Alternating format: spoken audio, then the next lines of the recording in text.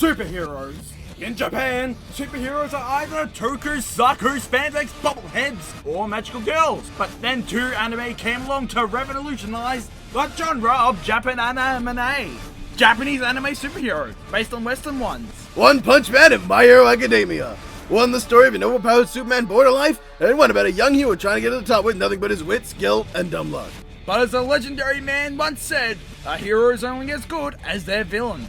So, let's compare some villains I don't know the fuck about, because you know, it's a connection. All for one, My Hero Academia's symbol of evil. And Lord Boros, One Punch Man's Dominator of the universe. He's not a hero and I'm not Boomstick. And it is our job to analyze these things to see who would win you fight you already know. Yes, yes, yes. In this world, almost everyone has a superpower, called a quirk for some reason. Quirks are innate abilities 80% of the population has, ranging from emitter types, transformation types, mutant types, and accumulation types. Some quirks are powerful, like explosion or half hot, half cold. And some quirks suck, like having bendy fingers. Yeah. My favorite! But the strongest of all quirks, it's debatable, but one of the strongest by far is the quirk All for One. Owned by some mysterious fucker named something. All for One named himself after his quirk. Whoopty fucking do! I named myself not Wiz because I'm not a wizard. All for One is so old that he's really old, having existed for at least 9 generations, or assuming each user handheld of their quirk at the age of 30, that's at least 240 years old as of now. How? Well, because of the quirk. All for One was born with the ability to take and give the quirks of others with these weird long tentacle things. Using this, he had done genius things like lose to All Might twice and create the One for All quirk that ended up fucking him over. But really, All for One's quirk is incredibly powerful, and it is believed he is using a longevity quirk that lasts so long. The limits of this are not unknown, but he's certainly not immortal. All for One's list of quirks include the Air Cannon, a powerful shockwave of air from his arms, spring-like limbs that allow him to enhance his physical powers, and Impact Recoil that can reflect the impact of an attack back at the attacker. By combining quirks, he can even produce far more powerful attacks. With Air Walk, he can levitate in the air and float about, and surprisingly not actually walk in the air, which is sad. With Search, he can locate and monitor 100 people at a time, including locations and weak points, and with Warping, he can warp things to and from himself. But it is limited by only working if it is used on someone he is close to. And by combining musculoskeletal coilification, 4 instantaneous impact quirks, 3 physical strength amplifiers, proliferous growth, hypertrophy, rivets, and dome spears, he can hybridize his strongest quirks into a big fucking tumor arm a la Zamasu that's strong enough to match the full power of All Might and One for All. He can also force other quirks to activate. And after All Might fucked up his face and his whole head becoming a giant scar tissue, he was forced to try and see things in different ways. How? With infrared sensing that allows him to perceive his surroundings through vibration and sound, as well as grasping special awareness and immersion. With this deadly combination of quirks, All for One is able to match and overpower even All Might, while effortlessly taking out the high-rank heroes like Endeavor and Headshot. With his air cannon, All for One is strong enough to eradicate multiple city blocks with one blast. A blast that their fear has calculated at around 6.3 kilotons of TNT. And that's just a normal air cannon. With his free strength enhancers alone, if we assume they together only give him 3 times that power, it still comes around at a massive 18.9 kilotons. That's even stronger than the bomb that fell on Hiroshima. Air cannon is one of his primary methods of battle. It would have blasted All Might hundreds of meters into the air and overpower Endeavor's Hellflame. Endeavor, meanwhile, was strong enough to completely obliterate the Nomu High-End with his flames, who could effortlessly unleash 12.24 tons of TNT. Hell, in that moment, Endeavor himself unleashed 70.34 tons of TNT! But by far his most impressive feats of strength are matching the power of All Might. All Might is shown to be able to output roughly 4 megatons of TNT in the movie, and nearly 5 gigatons of TNT when he caused a thunderstorm with a Detroit Smash. This level of power is likely not even close to what All Might can dish out at his best, because the United States' Smash is by far his strongest attack as opposed to just a Detroit Smash. Not that his strength and power is his only feature, but it's his main one. Sure, he's fast enough to dodge the speed of sound attacks from Headshot, making him at least Mark 1, and can even match All Might's speed to a degree, and he can move slightly faster than Deku, can go faster than Ida's Reciprocal Burst, and busts and overall he's not somewhat. And yeah, All For One's pretty durable as well. He's able to take the United States to smash without dying. However, All For One isn't perfect. While he can sense vibrations and sound and stuff, he's still blind and can't see. He's also pretty cocky and likes to break down his opponents instead of, just killing them outright. Yeah, it doesn't often matter, as he still killed Nana Shimura and nearly defeated All Might, but, it's still a thing. He's also pretty, well, like me, dumb. Yeah, he's a master manipulator and genius and all that, but for a guy who's been alive for hundreds of years with the ability to accumulate quirks, it's amazing he doesn't have, a fuck dozen more load of quirks. Like, what quirks exist that might help him? I don't know, black hole, brainwashing, clones, dark shadow, earphone jack, erasure, muscle augmentation, overhaul. It's like a bunch of super useful quirks he could have, but just doesn't. And again, yeah, All For One is almost as smart as me. He was able to manipulate 8 people to his will, take over most of Japan, outsmart UA High, and just generally do awesome things. In spite of all that, however, All For One is still, well, he's got a pretty broken body. Not only is he blind and on life support, but he's over 200 years old. While that does give him a shitload of experience, it also means his body is pretty, old. But despite that, his power, speed, and durability is enough to keep him going. With a wide array of abilities, it's going to be a tough challenge to take him down. United States of Smash! Within City Z, there grew a man of incredible power. A man who underwent an incredibly, difficult 3 years of training. After growing tired of his power, he found himself shocked that one day, something survived one of his punches.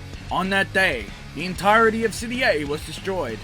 Save for one building, which had a bunch of heroes in it. Yeah, but you ignore that. The city was wiped off the face of the space by dark matter beams.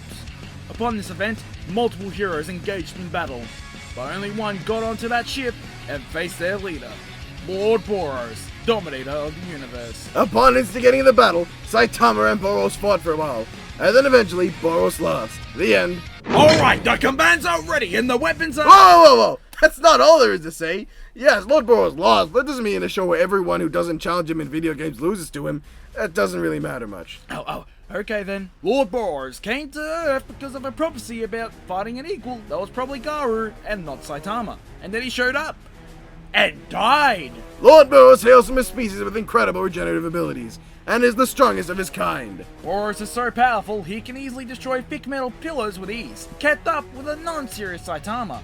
Something even Monster Garou couldn't do. And that guy could outspeed Lightspeed Flash, who is at minimum max 8, and at maximum, as fast as light. And most impressively, even with an armor that literally suppressed his power, he could tank a casual punch from Saitama. In fact, despite taking injuries from him, even in his base form, Boros was strong enough to take multiple of Saitama's strikes. The biggest injury he got being a torn limb. Saitama's casual punches are pretty incredible too, with feats including his ability to effortlessly destroy a city-ending meteor, take down the city-dwarfing Maragori, and can overpower any hero in the world with a casual punch, including Tank Top Black Hole, who can unleash a grip force of 2,800 psi, Genos, who can minimum put out about, 1.77 kilotons of TNT, Metal Knight, who could unleash 10 kilotons of TNT, Flashy Flash, who can output a minimum of, 2.3 megatons, Child Emperor, who's Emperor Nova, which can unleash 5.54 megatons of TNT, did not fuck it up, and Tornado of Terror, who can output 304 gigatons of TNT. That's a lot of fucking TNT! Well, some people argue Tatsumaki could beat Boros. Really, guys? Really? Tatsumaki's meteor feat is non-canon, by the way, and a result of people misinterpreting what one actually won in the anime. So Boros can definitely match and surpass Tatsumaki's power. In fact, Garyuganshu was even said to be better than Tatsumaki at throwing things because of physics, and he's lower than Boros. And finally, Garou is stronger than Tatsumaki, and one doesn't know who'd win between Boros and Garou. In other words, Boros is stronger. Yes. Who's Boros again? So roughly Boros can tank over 304 gigatons of TNT in his base form. Because somehow I just remembered who Boros was again, Boros is one of only 4 monsters to ever survive a hit from Saitama. But one was Garou. We mentioned it, but who Saitama never wanted to kill, unlike Boros. One was Evil Nature Water, who only survives because his water and regenerate it, unlike Boros, who survived without his regeneration. The only comparable entry is Overgrown Rover, who overpowered Fubuki, Genos, Bang, and Bomb on his own, but is still weaker than Gara and thus likely weaker than Boros. So really, only Gara and King Orochi compared to him. And yeah, King Orochi, who we definitely mentioned before, who the fuck is that? And not to mention, Boros still does have regeneration, able to force parts of him to regenerate, including his arm. Oh, and he has a giant laser that can vaporize bones. And this is just Boros' base form. Boros can go even further if he needs to, unleashing his power in the form of Meteoric Burst. Meteoric Burst is Boros' trump card, which is so strong it actually shortens his lifespan and he has to use it to finish fights quickly. In this form, he's a little stronger.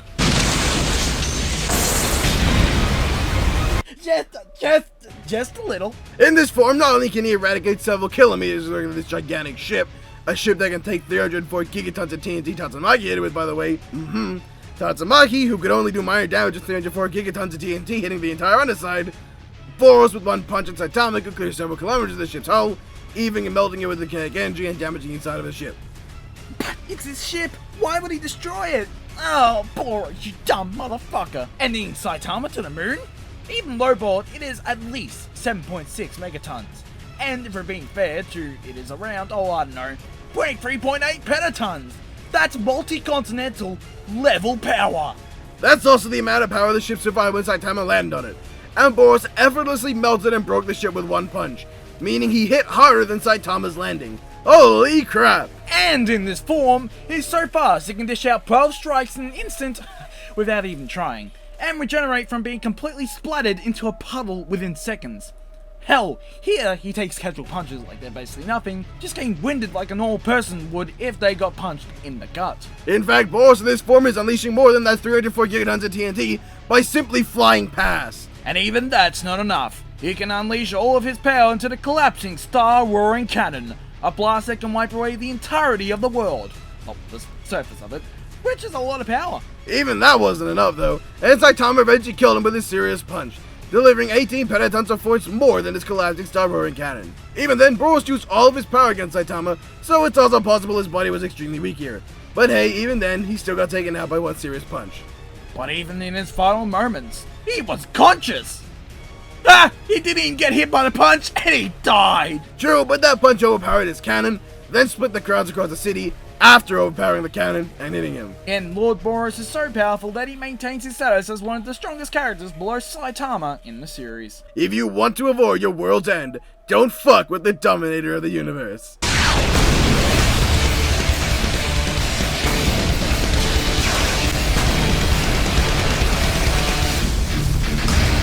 Alright, the weapons are ready and the combatants are set. Let's end this debate once and for all. Like, actually now, wait. It's time for a not-death battle! I like just being able to just enjoy the day and get out of the armor for a bit. I wonder if something is going to happen. What are you? I am Lord Boros, Dominator of the universe. What the hell are you talking about? What's your quirk? My quirk? I guess my quirk is that I'm fucking awesome and I'm better than you. No, you're not. Fight! What, that's all? Alright then, that was a mistake. I knew what you were doing, so it ain't working this time. Interesting. Show me what you have, human. Impact recoil, bitch. Huh? Injuring you might be hard, but at least I can hit you with your own strength.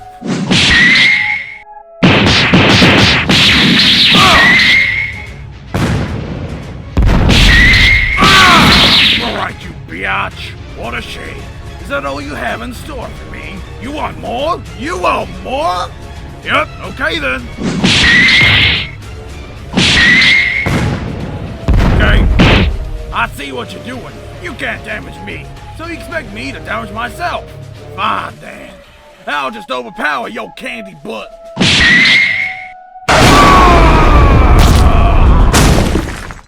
That's it, I guess. Right. Musculoskeletal qualification. +4 instantaneous impact quirks. +3 physical strength amplification. Meteoric burst. Proliferous growth. Plus hypertrophy. Plus rivets. Plus air warp. Plus bone spears. So now! Yeah, okay.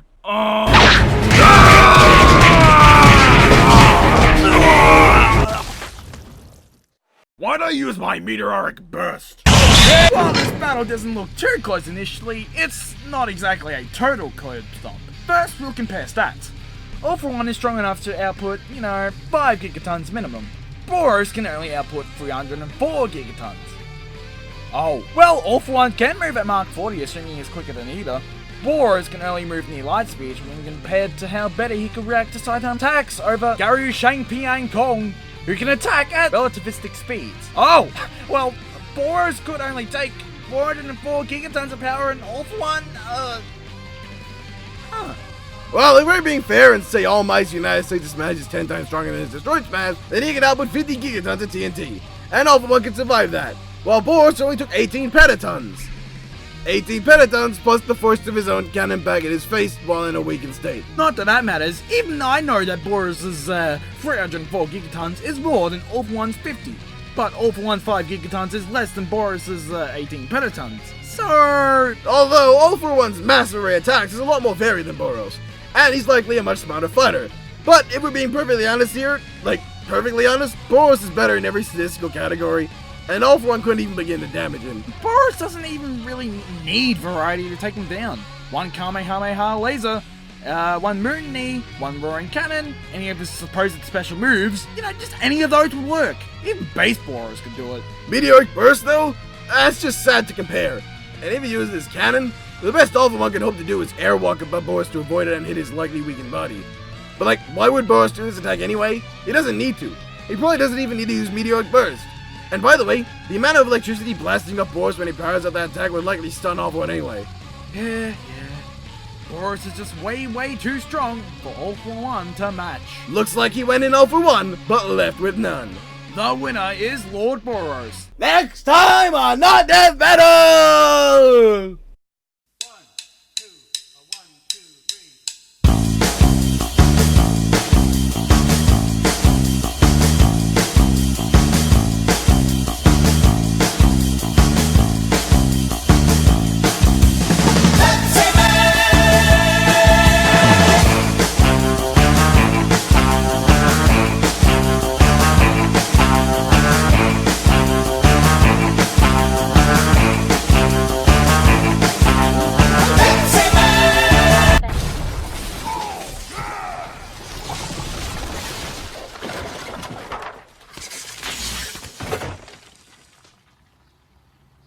Hey, at least you got your homeowner's insurance through Progressive.